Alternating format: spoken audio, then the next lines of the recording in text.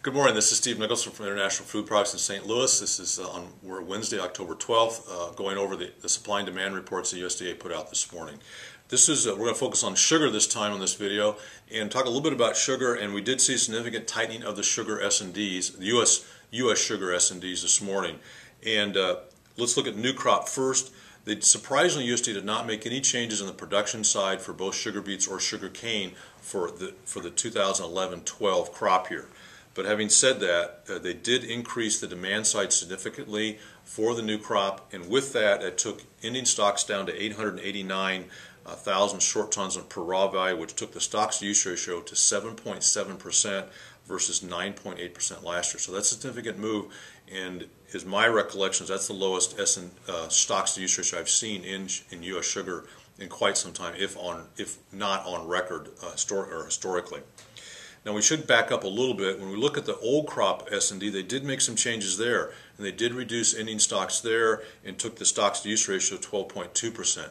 And that was primarily due to reductions in imports and a reduction in the beet sugar production for last year. And with that, of course, that did not only did they increase the demand in new crop, but they decreased the beginning stocks for the new crop from last year, because ending stocks decreased last year, beginning stocks for this year went up. Or went down, and so you saw a significant decrease in ending stocks and the increase in stocks-to-use ratio. So I guess, having said all that, and that does sound confusing, there's a lot of numbers, you do see now, it does confirm a lot of our expectations that we've been talking about for several months, is that stocks of sugars in the U.S. are very, very tight and will continue to be tight, into the new crop year. That will keep prices very well supported going forward. If there's any silver lining to this kind of negative cloud, or sort of a very tight situation, is that we have not experienced any serious shortages of sugar here, as we make this old crop, new crop transition this year.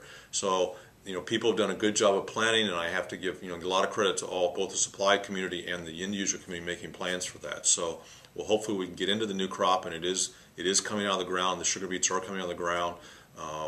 Early estimates have shown in the very far west that yields have been a little better than expected.